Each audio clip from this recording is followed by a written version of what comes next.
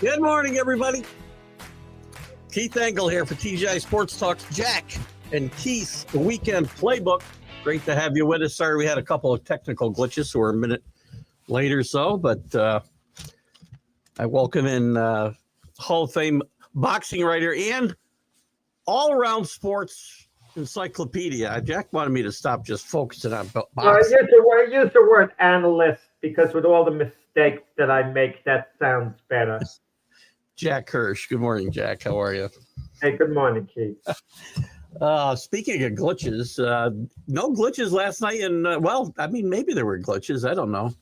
You got a matchup last night of, I don't know if this is one of the oldest quarterback matchups ever, but 40-year-old Joe Flacco and 40-whatever-year-old Aaron Rodgers got in a shootout last night, and maybe we had a better game than we thought we were going to have. Steelers still showing a lot of leaks on defense. Bengals ran the ball well. Flacco threw for a bunch of yards, 3 touchdowns. Jamar Chase just went off. The Bengals, maybe they are out of this race in the North because that's not a great division. Hey, Keith, in all due respect to Joe Flacco, I could have thrown for 121 yards. Had I quarterback yesterday. I mean, let's put it in perspective, honestly speaking. People want to get carried away to older quarterbacks. Aaron Rodgers is still a starting NFL caliber quarterback. He's still good enough to start. He proved it yesterday. He's been proving it throughout the season. Is he the Aaron Rodgers of old, the Aaron Rodgers in his prime? Probably not, but he can still get the job done. He's still good. Joe Flacco is serviceable. He did what a backup is supposed to do. He went against an awful Steelers defense, and he exploited it. Jamar Chase went crazy, 16 receptions. Who couldn't find Jamar Chase? Wow. The Steelers couldn't stop the run for anything. They were awful against the run, so he just had to hand the darn ball off. And Flacco played a good game. Kudos to Flacco. But again, we get carried away, Keith. We always get carried away with what have you done for me lately on the last game. We've seen this with Flacco a couple of seasons ago when he was in Cleveland. They won a few games when he was their backup. People were going crazy about him. Listen, I can go all the way back to his Super Bowl victory. People were going crazy about him, comparing him to Tom Brady when he won one. I mean, he was a legitimate. No. At that time, Flacco was a legitimate starting NFL quarterback and a good one at that time. I've never been a big fan, and as he's grown older, I'm kind of surprised he keeps getting a call. He's kind of like Earl Morrall and Don Strock down there in Miami. They just keep, seem to get, reborn every year. Better than Don Strock, not as good as Earl Morrall, probably coming as a backup. But keep this in mind, when Flacco left the Ravens, he kicked around all over. He had 2 stints at Cleveland. He had a stint with the Eagles. He had a stint with the Jets. Did anyone stop and think if Flacco had so much in the tank, he wouldn't be kicking around all over the place? But he'll help the Bengals, and they're going to win games with him going forward, Keith, because they have a high-powered offense. They are going to win games, but when they get to a big game against a really top-of-the-line defense, they're going to fizzle out the Bengals at that point, unless they have Joe Burrow back. And that's kind of the question. Is there going to be a big game for the Bengals going forward? Are they in this race or not? I don't think they're in the race because the schedule favors them short term. Yesterday kept them alive, their win. The Steelers could have put some serious distance between themselves and the Bengals, and they didn't. What do you make out of the Steelers, Keith? The problem going into the year was how much offense they were going to generate. We wondered about their running game. We said outside of DK Metcalf, do they have any receivers? In all due respect to Scotty Miller, we asked that question. Yes. And Aaron Rodgers has played, pretty well. He's managed games for the most part, but he showed yesterday he can open things up when he really has to. And they've run the ball. They've run the ball pretty well, I think. I mean, Jalen Warren had a nice night last night as well. We focus on Rodgers, but Warren ran for 140 almost yards. And That's a big. For Aaron Rodgers can't go out there and air it out 50 times a game anymore, right? They need to be able to run the football, but at the same time, and maybe that's the answer for the defense is to keep them off the field because this team is not. Rick, as far as I know, we have sound, so yeah, I can check something real quick. But you're going to stop the show for Rick. You're going to stop. I just wanted to double check that because we had no We're sound. talking about the Vikings, okay, but not the Steelers and the Bengals. Right. Maybe that's what he was waiting for. The Steelers defense, they're going to have to start tightening up against the run. We kept hearing that about the Dallas Cowboys, trouble stopping the run. That's the one area you can't be weak in stopping the run in this league because 100%. if you don't stop the run, you're not going anywhere because the other team can control the ball, have time of possession, pick their spots. You can get away with being so in the secondary, but you can't. Yeah, if you can't stop the run, then you have real problems. And the Steelers are going to have to make the adjustments, but I think they will. My big question about the Steelers is what the same question I've had for a few years is I still feel like it's a team without an identity. They don't. Right? Defense and running the football was their identity for even when Roethlisberger was there. That was still their identity, right? Tough football. And it just feels like they're still searching for that identity. It's not Rodgers. It's not Rodgers or nothing. I mean, they do run the ball sometimes pretty well like last night, but the defense just never seems to show up. I mean, maybe that's their identity. Maybe they're the 80s San Diego Chargers. I don't know, but this isn't a team. If they win this division, is this a championship contending team? No, and I didn't think they would. I thought they'd have a losing season this year, and I went out on the record as saying I thought with Rodgers it would be a one-year thing, one and done. It would be Mike Tomlin's last year, and maybe the wheels will come off with the Steelers. We don't know. We see that happen with teams now and then. The wheels suddenly come off. They get off to a fairly decent start, and then they fall apart. Just like we see teams conversely play very poorly for 5-6 games and then get it all together, like the Bengals traditionally do. But Mike Tomlin always finds a way at Pittsburgh, always finds a way. Also, you kind of wonder with TJ Watt. I mean, he's considered a superstar and paid as such. When is he going to start playing that way again? I don't want to hear, well, TJ Watt's a little hurt. He's this, he's that. I want him to be a force. I want him to anchor that defense. I want him to get it all together. And yesterday, that loss had to really hurt. Really, really hurt. I think Cam Hayward said it best. When your team scores 30 points, you expect it to win. When the Steelers score 30 points, it's always. Yeah, I mean, that's a novelty. I mean, credit Rodgers and the Steeler offense. They did do their job yesterday. They opened things up and succeeded, but the defense just failed to hold even on the final drive as throughout the game. Billy, I don't know what you're whatting about, Billy. I have no idea. So I need a little more information. To TJ Watt real quick.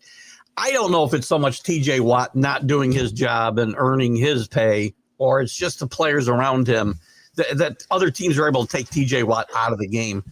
But again, great players, find a way to battle through that as well and make a mark in the game. So maybe he needs to step up, as you said. Keith, if you're one of the highest paid players in the game, I don't want you to turn in a good performance. I don't want you to come back and say, well, I played well. I don't want to hear you played well. I want to hear you played great. Yeah. That's what I want the evaluation. That's fair. Maybe he'll end up on the Jets. Maybe that's where he belongs. So let's any other takeaways? This game again, I find it hard to get excited about this division because I don't feel anybody's in. I don't think the Steelers are as good as their record says they are, but well, that's why as crazy as this sounds, as insane as it sounds, the Baltimore Ravens at 1-5 still got a shot to win the division. They just got that. They have to bye week. Then Lamar Jackson will be back, and when Lamar Jackson coming back from the injury, signifies a new beginning for the Ravens, a new hope. And they badly needed the bye. And with Lamar Jackson coming back, let them win a game and then let them take it from there. And 9-8 can win that division still. One loss in the division, too. That's it. They've only And lost one loss, exactly. And you take it a game at a time. That's all you do with the Ravens. The Ravens are good enough to, go on a streak where they win 7 out of 8, 7 out of 9. That puts them right in the thick of things, and maybe puts them in first place, when all is said and done. Yeah, that's okay, Rick. No problem. I'd rather you bring it up, Rick, than don't, because then I can check it and make sure we do have sound or something. So, speaking of the Ravens, so they're still in this. And we talked about it on Wednesday night's professional sports show. Coach is in trouble. I keep saying John Harbaugh. Should John Harbaugh really be in trouble? Do people in Baltimore want him fired? I'd be shocked. I don't like to call for a guy to get fired unless he's done something so outlandish that a team absolutely has to move on from him because he disgraced the organization, or you see there's no hope on the horizon. People are calling for Mike McDaniel to get fired. I know Stephen A. Smith called for Mike McDaniel to get fired. Stephen A. also called many years ago for Marvin Lewis to get fired after the Bengals lost the playoff game.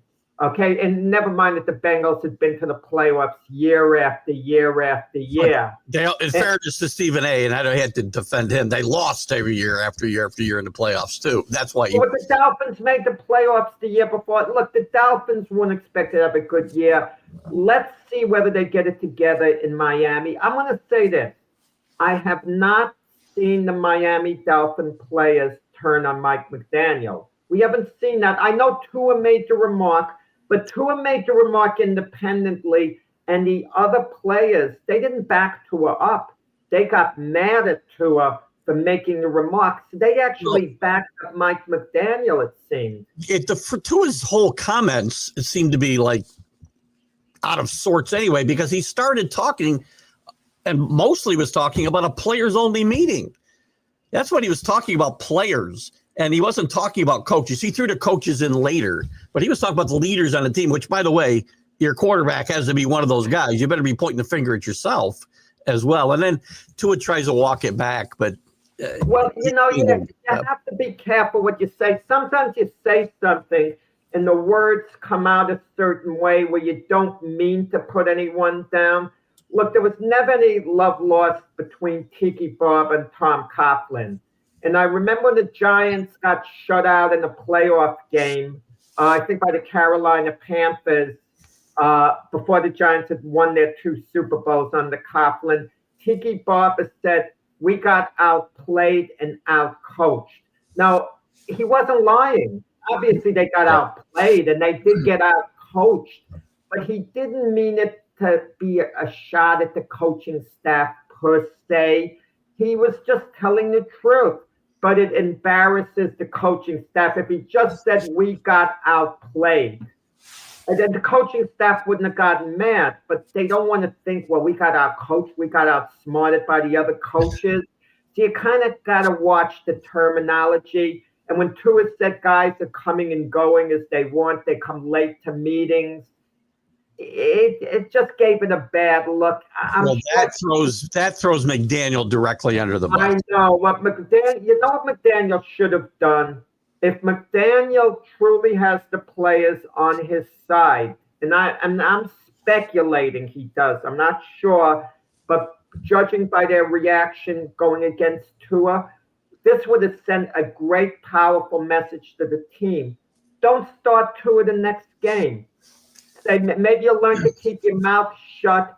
Go with your backup. Keep them on the sideline for at least a quarter. And if the team is doing well, continue to keep them there and maybe win the game without them. Yeah. It's funny. I have no problem necessarily with guys speaking out.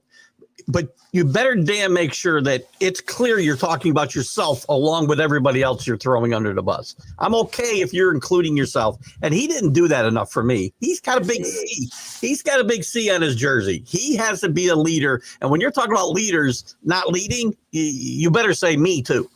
You said it best, Keith. You didn't state it enough. It was him. You know, players do that, and they get away with it to an extent by saying, well, we all have to do this and that, and I include myself. Like you attack everyone else, and then you casually, oh, by the way, me too. You know, you gloss over yourself very quickly, but you mention yourself so you cover your tracks. And no, I said myself too. The guys I respect are the guys, it starts with me and then goes on, right? That's where they should be. Everyone coaches sees too. What's going on. Tua just has to say, look, we have to be better. I know I'm not doing my job the way I have to do it. I have to do this. I have to do that. And that's fine because everyone's going to notice it's the whole team involved. Right. But to say, well, they didn't do this, they didn't do that, we didn't do that, the coaches did no, and I'm responsible for things as well. Like you throw yourself in as an afterthought. That doesn't do it for me, but whatever. Look, let's see how the Dolphins respond this week. They play the Cleveland Browns at Cleveland. Both teams badly need a win at this point of the season, even though neither's going to the playoffs. But it's kind of an interesting game in a way. The drama from both ends. The Cleveland Browns always have their quarterback drama, and now the Miami Dolphins have some drama as well. That's going to go on all year. By the way, I got to give you credit. You did a great giant anecdote, the minute Linda said good morning this morning. So good morning, Linda. You find a way to keep Mac involved in the show, and I like that so much. Listen, Mac, I'll say this, and this isn't a dig at Mac because I'm the same way. I'm sounding like Tua now. He overreacts on some of the quarterback situations in the league. You know, we had a lot of fun. You had a lot of fun with him with Joe Milton. He plays one big game for the Patriots. Zappy and Milton. He loves Zappy and Milton. Joshua Dobbs had a couple game or two good for the Vikings, and Mac got a little excited. But he did know his college quarterback who should be drafted and who didn't. He was pretty sharp in that department. Yeah, well, he'll be hearing about it when Will Levis does step up. That's all I'm going to say about that. I don't know when that will be. He's looking down, still evaluating. I might be with him by the time Will Levis hits it big, I can tell you. So, what else in the NFL? I mean, there's some decent matchups this weekend. Let's go to the Jets. Every matchup is good now, Keith, at this point of the season. Well, every matchup has a storyline behind other than it. you and Sonia, is everybody excited about the Panthers and Jets? I mean, this is a Jets. Again, I said this last week. The Jets got to win a game somewhere, right? Panthers haven't won on the road, and I like them to get better. I don't think they're a great team by any stretch of maybe not even a good team. I think, speaking of overreacting, I know Sonia had a lot of fun with her team being 3-0 at home. Okay, but they're 3-3. They come to the Jets this week. Jets don't have a lot of places they're looking at a win. This should be one of them. Yeah, they certainly have a good chance in this game at home against the Panthers. Let me say something, Keith, and I'm going to be critical of you, Keith. That's okay.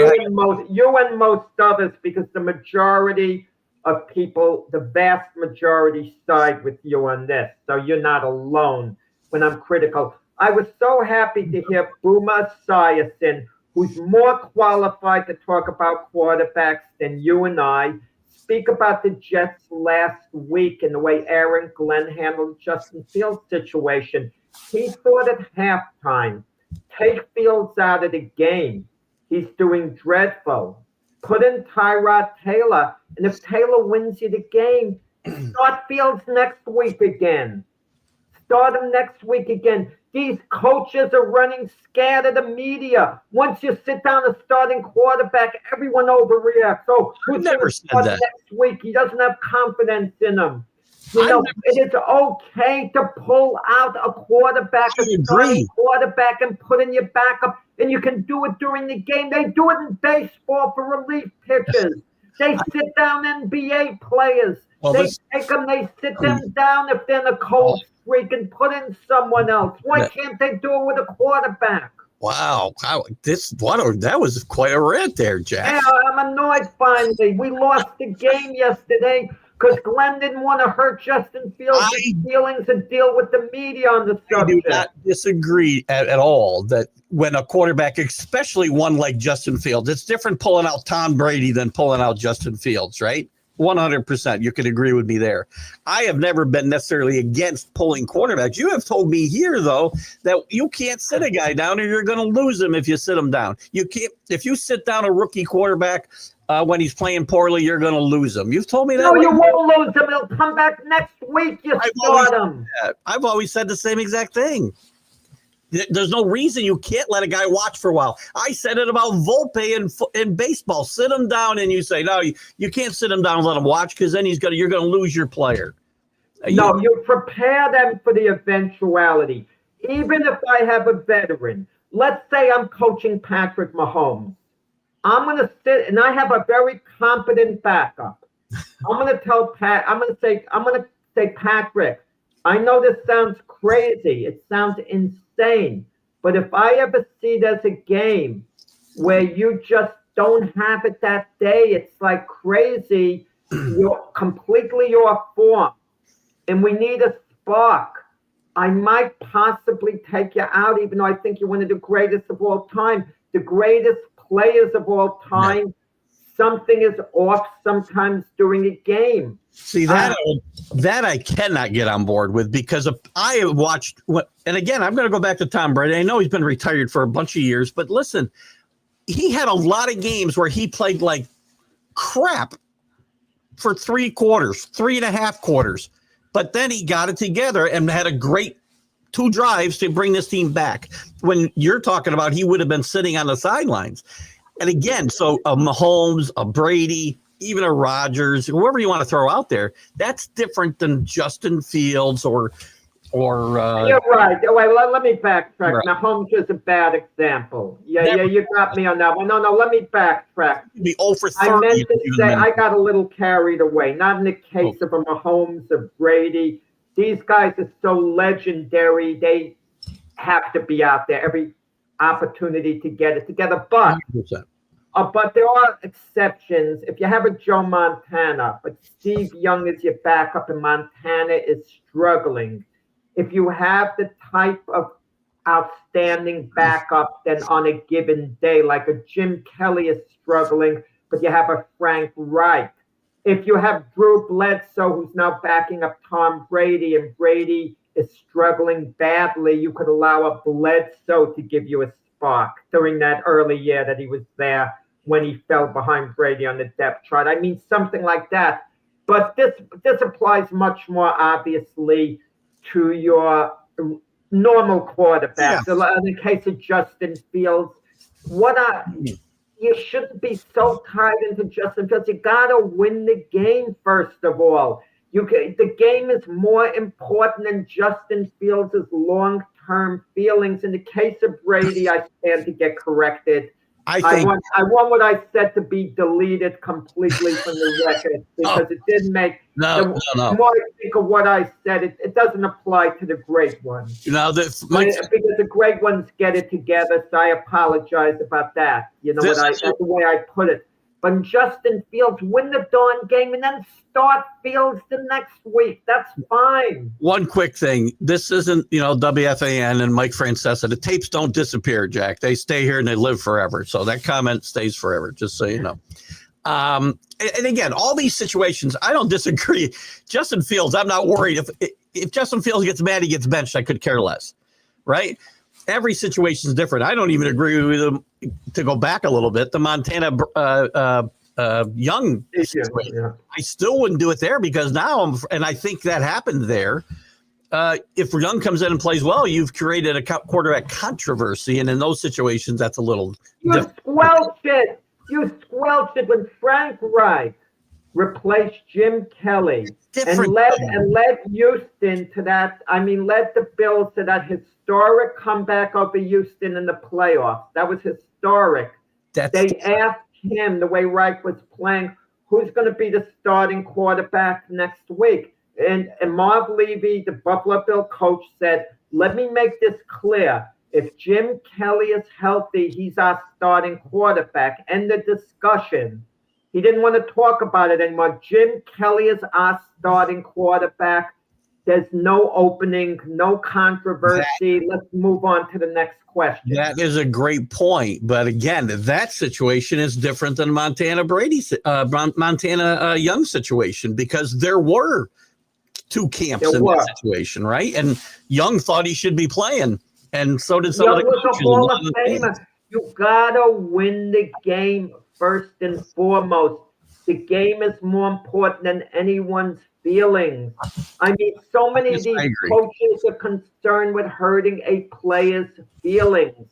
But you got to prepare the starters for that possibility. It can't come out of the clear. But if I'm Mike Tomlin, I'll even sit down with Aaron Rodgers and, I'll go out to dinner with him. I'll say, let me pick your brain. This is my philosophy, but I'm not going to do it if this is really going to take you off.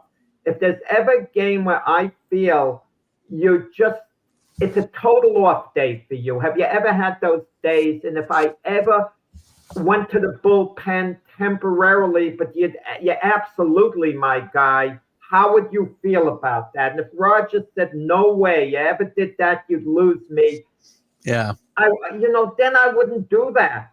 Brian's got a good point. Kelly was injured. We're talking about being taken out for lack of performance, right? Listen, to back up what you're saying, there are situations where I do agree and some I would disagree with. Even on my team, Drake May is obviously our quarterback.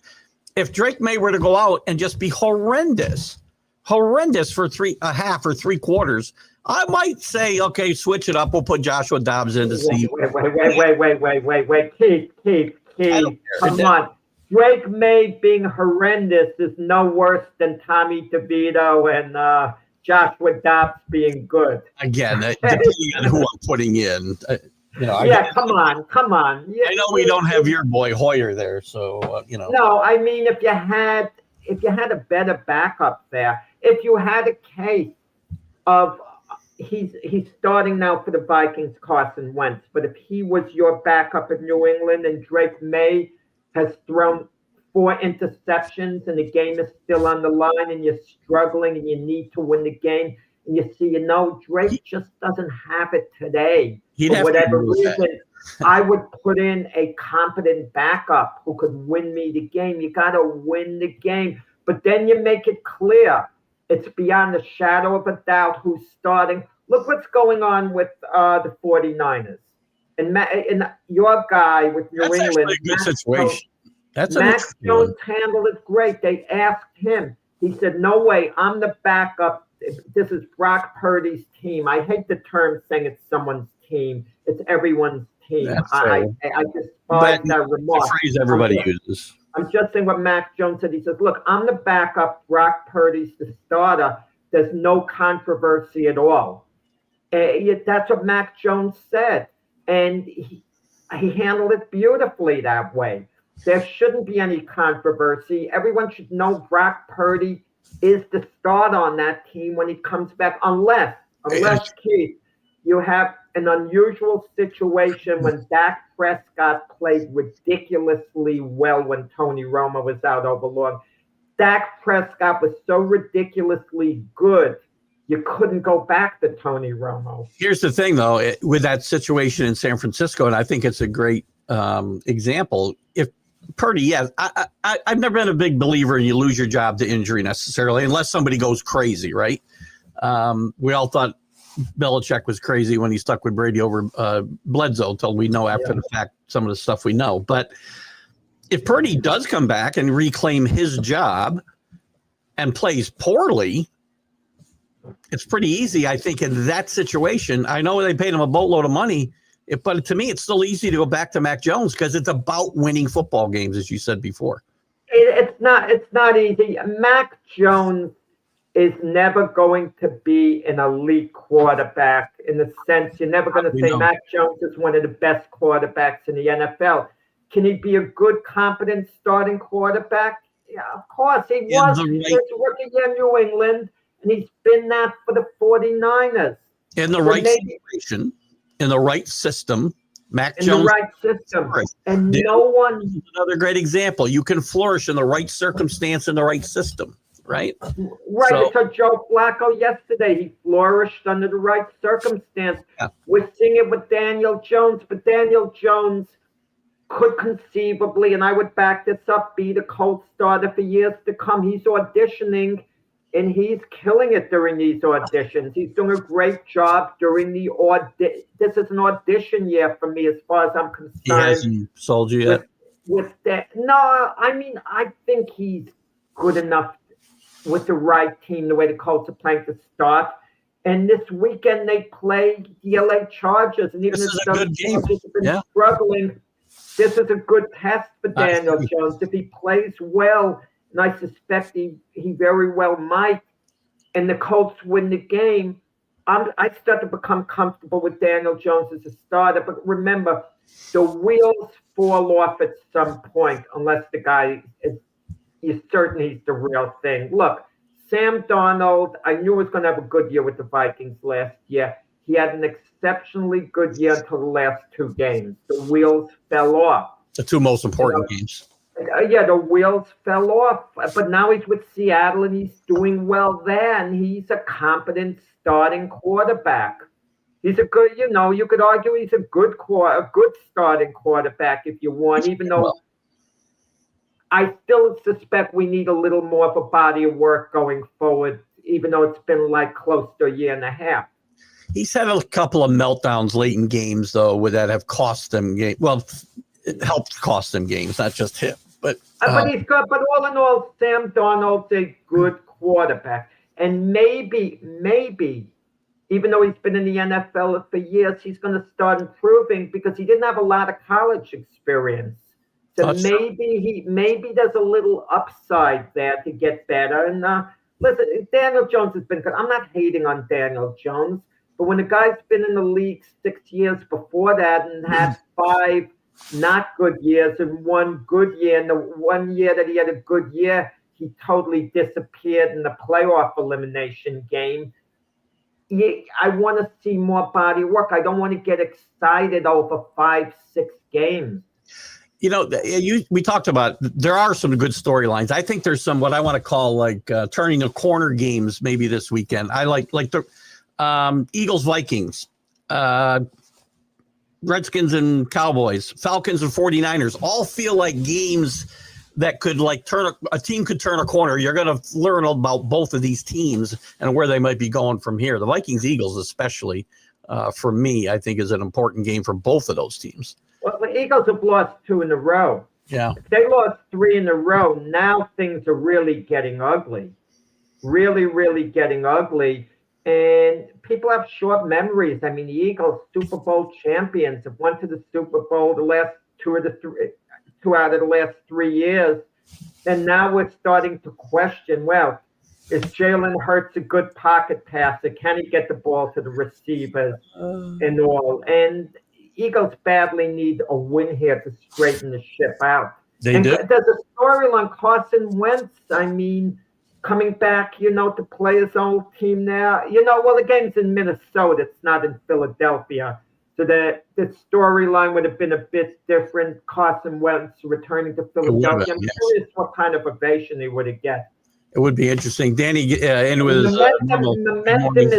momentum is as good as a snap of the finger. I mean, listen, Seattle Mariners 2-0 up against the Toronto Blue Jays. They're going home to wrap things up to go to their first World Series. They got all the momentum. Well, let's pivot. Let's pivot. Starter hits a home run on the Blue Jays, and what happens to the momentum? Let's pivot to Major League Baseball for a moment. And Rick, you got a couple questions that I'll get to because I do have both of those things I was going to touch on, but I didn't want to just disrupt what we were talking about. So let's pivot to Major League Baseball a little bit. It's been very interesting. The Dodgers have been just dominating the Brewers in my mind because of starting pitching. And I went up. They are better. Their starting pitching been lights out. I know Danny's gonna have a quote come up here because I talked many times this year about I thought the Mariners pitching was running the momentum. The Dodgers are just better. That's all there is. All right. I've said that all year. The Dodgers are the best team. Ignore the record and ignore the momentum. You can't ignore momentum. They have tremendous momentum going forward from here because their starting pitching is pitching lights out. Roberts is, and here's the other thing too. Let's not lose sight of this. Glasnow didn't pitch a lot of innings yesterday. He did throw 100 pitches, which is a lot today, I guess. But in the first two games, he let his starting pitchers go 8 innings and a complete game. How about we learn from that, guys, and watch when you got a starting pitching who's dominating out there, you don't just take them out because your little index card says you have to. So congratulations to Dave Roberts for that. And there is some momentum there. Their pitching has been carrying them. They aren't hitting the crap out of the ball. The Brewers aren't hitting at all. But that's got a lot toward because of the Dodgers starting pitching and relief pitching. Sazaki's been tremendous out of the bullpen. Him getting healthy late in the year has been a big boost for this team. Being able to use him for an inning, almost every day if they need to out of the bullpen. This team. Well, you know what's going to be interesting, Keith? When the Dodgers win the World Series, I'm not saying if, when they win the World Series, it's going to be back-to-back World Series. And they have elite players. When you look at their roster, their number Hall of Famers on their roster right now. Guys who are certain to wind up in the Hall of Fame. And we're going to start asking, well, should we have a salary cap in baseball? Because the Dodgers could spend all this money. But you want to know something? The other teams can spend money just like the Dodgers. But players like going to Los Angeles. It's a destination place to go. Ohtani's contract was on paper $70 million a year, which is outlandish. But with deferred payments, it came out to 47 something, which is along the lines of what Juan Soto got in reality. He's not even getting that. He's getting like $7 million a year is what he's getting paid. And after the deferred payments, they are what? Listen, Dodgers are a great team. They found a way to circumvent the salary cap, and God bless them for being able to do it. That's what happened there. And everybody can't spend the same way.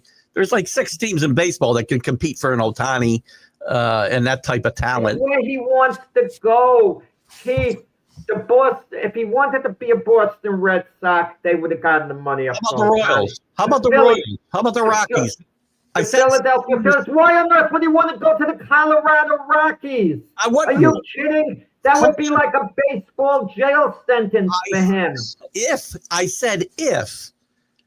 If say the Rockies were, the Royals are a good example. It's a decent baseball team, a decent organization. They got no shot at Ohtani or Judge or Soto. They don't. And listen, I'm okay with that because there are haves and have-nots in the world in general. And I'm okay with that. George Steinbrenner always said about revenue sharing, he said, if I wanted to buy the Kansas City Royals, I'd bought the Kansas City Royals. I bought the Yankees.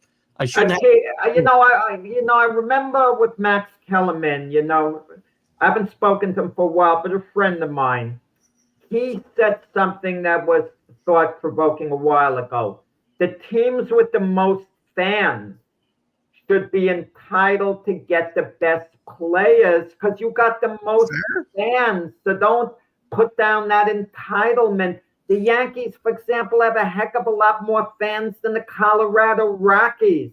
So they should be in with a better chance to get players. I don't want to see this parity forced on us. I hate when parity is forced on us. Let the Dodgers try to load up. But you want to know something? We should know from experience. You load up and keep signing these free agents.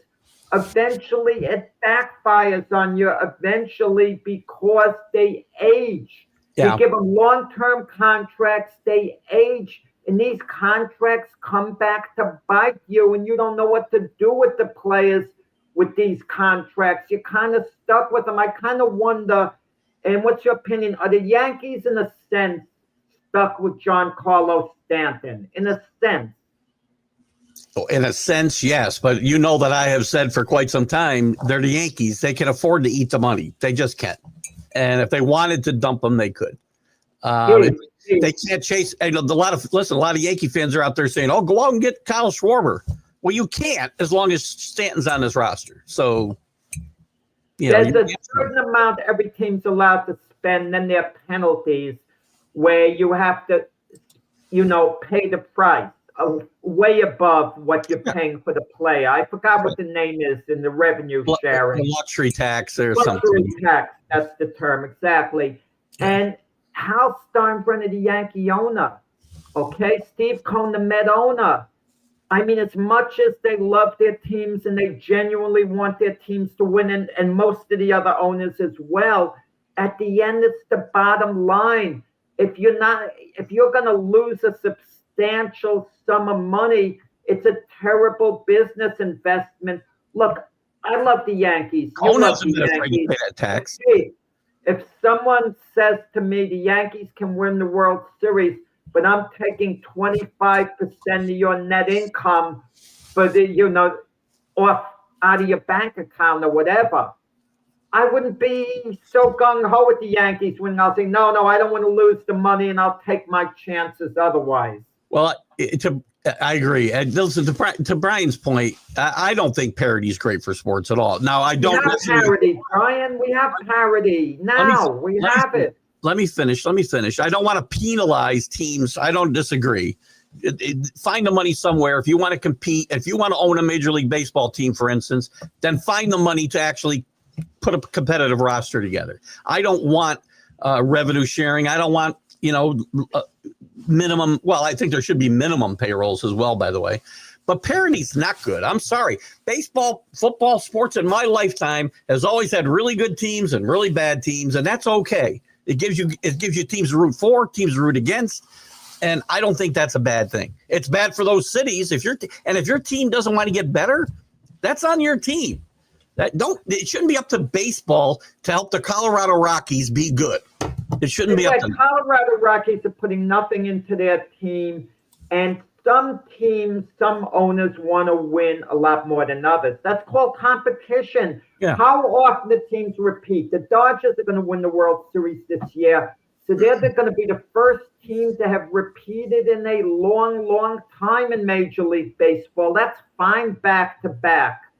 It's in other sports, the Kansas City Chiefs, they've won 2 in a row. No Super Bowl team in the Super Bowl era has won 3 in a row, even though in a sense the Packers did because they won the year before the Super Bowl came into existence. But that shows you the parity. Let the Buffalo Bills beat it. They could have beaten the Chiefs those games in the playoffs. That had nothing to do with spending them. The Golden State Warriors, who had their little mini run, with in the Steph Curry era.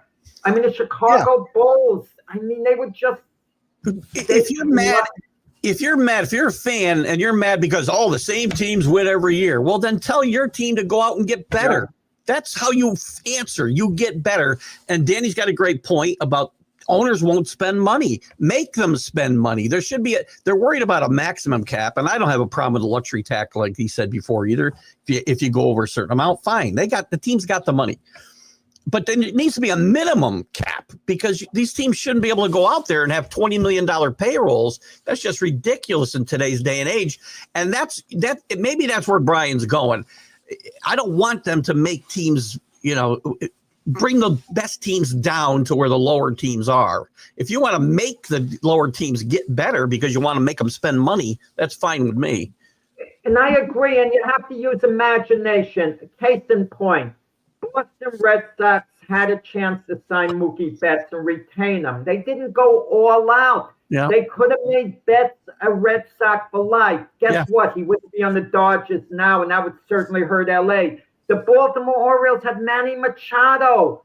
Sign him now. Don't wait till he becomes a free agent and you can't afford him. Give him the good contract when he's 2-3 years away from free agency. And you have to have a vision. Right. Money that you think is a lot now, you're going to offer later. Like the Yankees with Aaron Judge, they signed him for $40 million a year. And now, you want to know something? They couldn't sign Aaron Judge for $40 million a year. They would have to pay $50 million to Aaron Judge in order to sign him. Because I'm going to tell you, if Aaron Judge were a free agent now, he could get a 6-year deal for something like $52 million a year elsewhere. some team would come out and pay him. I said even during Judge's free agency, I mean, he's worth more to the Yankees than he is to any other team because of who he is. He's the face of the franchise, and everything off the field also adds up to money in their coffers, right? So $60 million for Aaron Judge is a freaking bargain, as you just said, in my mind. 40 million. That's what got me when he was 1 year from free agency. Brian Cashman, who I like a lot. I think he's a Hall of Fame. I want him to stay with the Yankees. He's done great things. I think made a total fool of himself by lying out the contract offer to Judge. Oh, he's getting $30 million a year for these 7 years. I thought it was a total embarrassment by them trying to embarrass Judge. And I said it at the time. I would have sat Judge down and said, I think you're making a massive mistake if you sign this contract. A terrible mistake. Not that it was an unfair contract. It was fair in the sense, the number, but you could get so much more than this. And Cashman, he has no visions as far as what he should offer free agents and so on. But, I think he's a great GM otherwise. Well, he did it to Jeter, too, near the end of Jeter's career, if you remember. Embarrassing what he did knew, to Cashman. And I think it was more of an embarrassment to Jeter because he knew Jeter wasn't going to go out and get the money elsewhere because he's too old and, whatever. But I don't know, could I ever forgive? If I would cheat, I don't know would I ever have been able to forgive the Yankee organization. Yes, I would have signed the contract because I'd want to remain a Yankee for my career, my legacy, the records, the whole bit. But you want to know something? I would have just shown up, played the games, did what I had to do at the press conferences, answer questions. But as soon as my career is over, the heck with you guys. I don't know, am I coming back? You want to retire my number, retire it without me. Or please don't retire it. I'm in no mood for ceremony. I'm pretty ticked off what you guys did before. I would make the Yankees grovel to make things right. I would have them take out full-page ads in the newspaper apologizing over the conduct and everything involved. Yeah, I don't think there's a question whether Derek Jeter's gotten over it. He has not gotten over it. I think it's easy to see when you listen to him talk about the organization. I think he's gotten over it. They retired his number. He came back to the stadium. That's one thing. He's got class, and he's going to show up for that, and he's going to say all the right things. But if you just read between the lines when he's commenting on the Yankees, whether it's in the paper or as part of his studio job, you can read between the lines. He is not happy with the way things went with the Yankees late in his career. He's just but keep in mind when they did that documentary, The Captain, he talked about with Brian Cashman. He had a walk with Brian Cashman, and they patched things up. He said to move on. But maybe maybe there's resentment. Then there should be resentment. I think so too. And you want to know something? There should be resentment on Judge's part. I mean, I would love to hear Judge come out and just make reference. Say, look, they did the same thing to Derek and myself. I thought it was classless on the part of the organization, the way they handled things. There's a complete lack of class, and they should really apologize to Derek. And, as far as I go, I'm giving the organization my all, but I didn't like what they did with Derek and myself. Do you know how embarrassing that would be to the Yankee organization? Very. Judge came out and whatever. It still bothers me. I'm not sure what any means here. Mets spent money to miss the playoffs. I get that. Kevin with wild card, Keith's favorite. The contract is going to be the big talk. Yeah. And, people don't understand contracts the way they work. I mean, and fans especially are the worst to evaluate. They'll hear, well, Pete Alonso, he was offered $20 million a year. You got to take it if you want to be a Met. I mean, that's stupidity on the fans' part. Because if you told any of these fans, if they had a choice of different jobs to go to, and you told them, a guy who's, let's say, could get $80,000 a year. I'm just throwing a figure. Oh, take the job for $50,000 a year when he could get $90,000 elsewhere. It's just Everybody's going to take the money. Alonso, I heard on the show, one of the commentators saying, well, what should the Mets give him? $187.5 million for 5 years, like $37.5 million a year. They're not going to offer him that. What do you think? What did he settle on? 25 last year? Yeah, they gave him a 2-year deal when he was a free agent. $30 million the first year, $24 million the second year, but he had an opt-out, which he used wisely. Yeah. And what the most the Mets might do, he had a big year. If Steve Cohen is in the most generous of moods, and I doubt if this is going to be the case, I doubt it, he would pay him $100 million for 3 years. And that's going overboard on my part. He is not giving Alonso a 5-year deal at 35. I don't think Alonso gets more than 30 million. Maybe Steve Cohen makes it 31 million. But I'm going to tell you this. The Alonso thing is going to the negotiation, because Scott Boras is his agent, this is going to last the whole winter. It'll last at a spring training, probably. Yeah. Might a team give him a 3-year deal, a contender, whatever? People have him linked somewhat to the Yankees, but if the Yankees weren't interested in him last year, why would they this year? And the Yankees are too smart to offer more than, let's say, a 3-year contract. Yeah. I think they want a better glove over there at first base anyway, myself. Well, I think Ben Rice is going to be the Yankee first base next year. They're going to move. And Paul Goldschmidt retired. That was on social media. Was that a social media thing? He has indicated he will not be back next year. Whether he's retired. The Yankees aren't going to have him back. He was a good Yankee for the 1 year. And 1 year, $12.5 million. You know, they kind of have to move on. He's had a nice career, and I think it's time for him to move on. Alonso, to the Alonso point, I'm not sure that you look at last year they made the playoffs.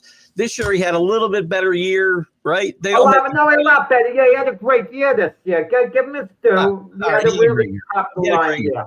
But that's the best you're going to get out of Pete Alonso. It's not getting better than he got last year. He's on the other side of 30.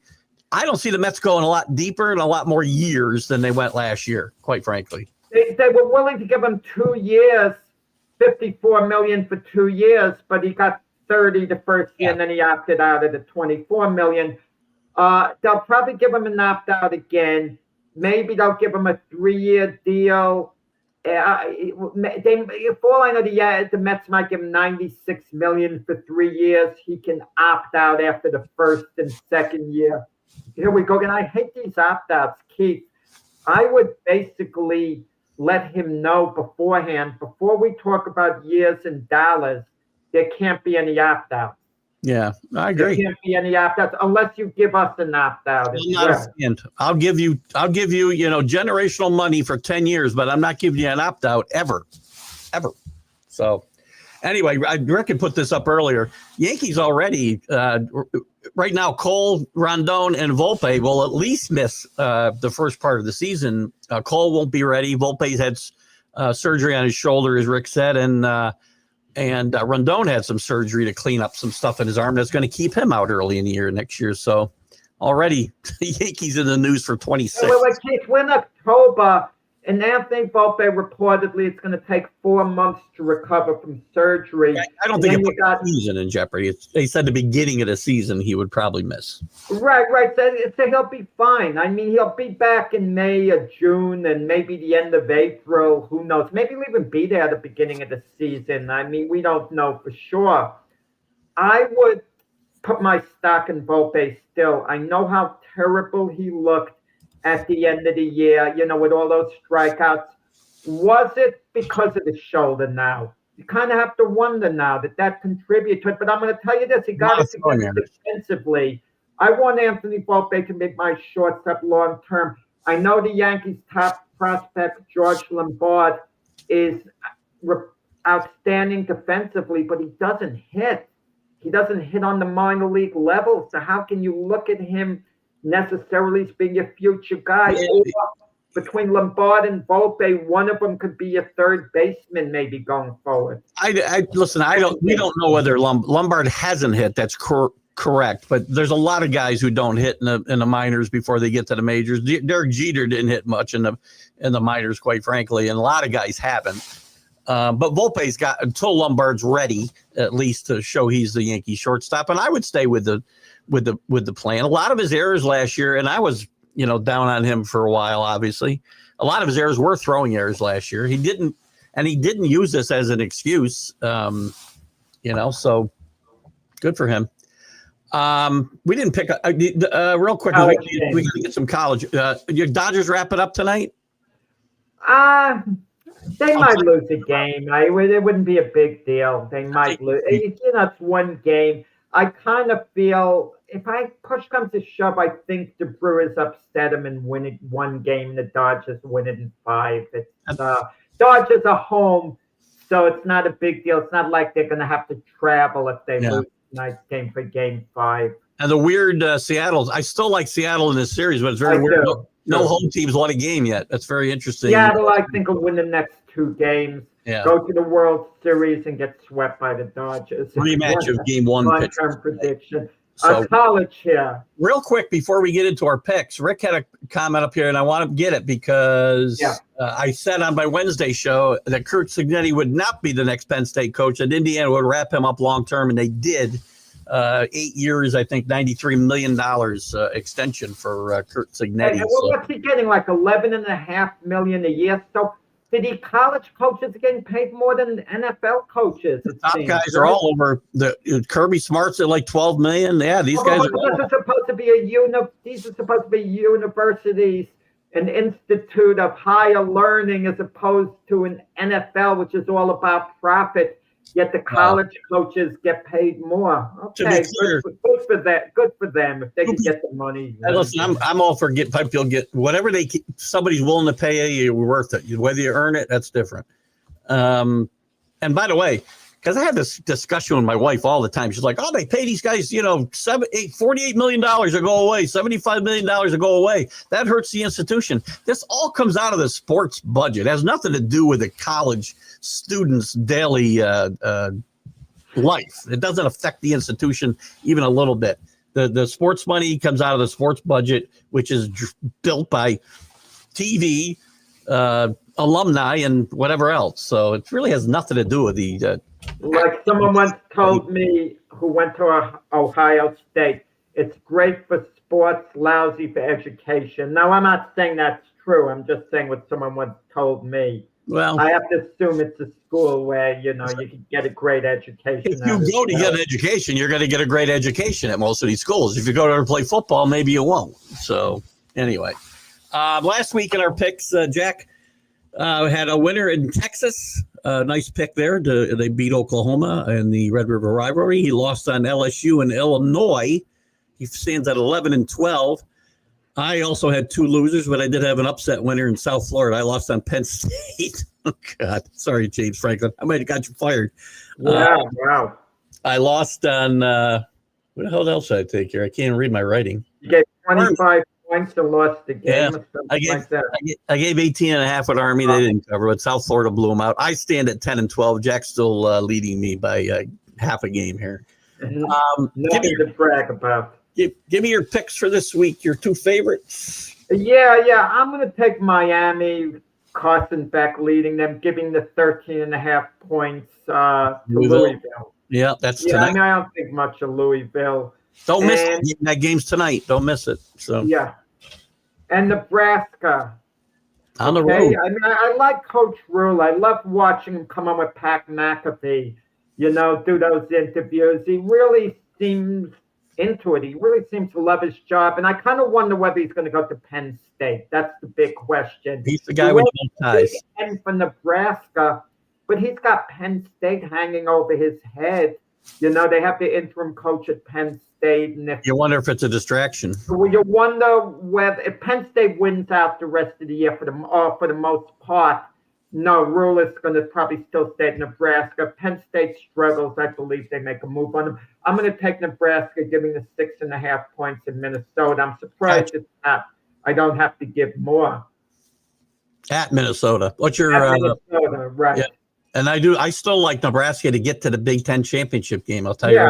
Yeah. And my underdog, I'll take Ole Miss with the 7.5 points against Georgia. Something's missing with this Georgia team. I can't put my thing on it, but something is missing. And Ole Miss 7.5, I think they could keep it reasonably close, if not win the game. I agree.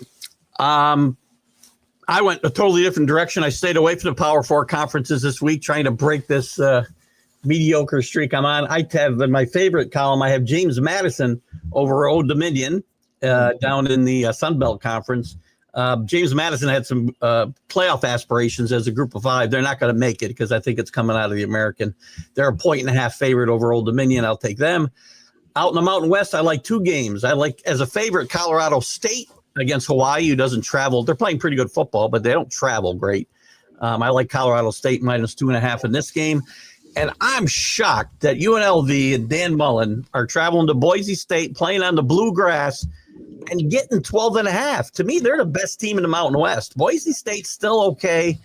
This is a better league than you think, too, by the way. I love the Mountain West, and I love the football out there. I'm going to take the 12.5 points, and I think UNLV wins this game outright, quite frankly. So there you have it. And we'll have those results for you Monday. We'll talk more about the NFL season. We should have 2 playoff results, I think, by Monday.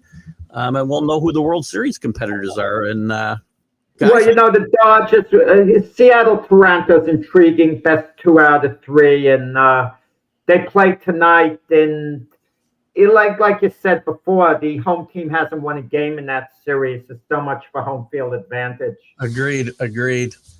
Jack and we come on, Danny. We come on, Frank and myself, Monday night, 7 p.m. Eastern time. Yep, and tomorrow the debate show.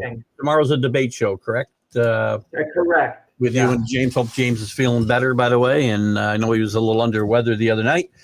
And I'll be on Sunday with the Sunday Stream of Consciousness at 9 a.m. And we'll both be on the Big Football Show. Jack for 2 hours. I'll be on the first hour Sunday morning at 8 a.m. Eastern. So join us then, guys. Great Friday. A little fireworks today. I love it. Guys, have a great weekend. Bye-bye.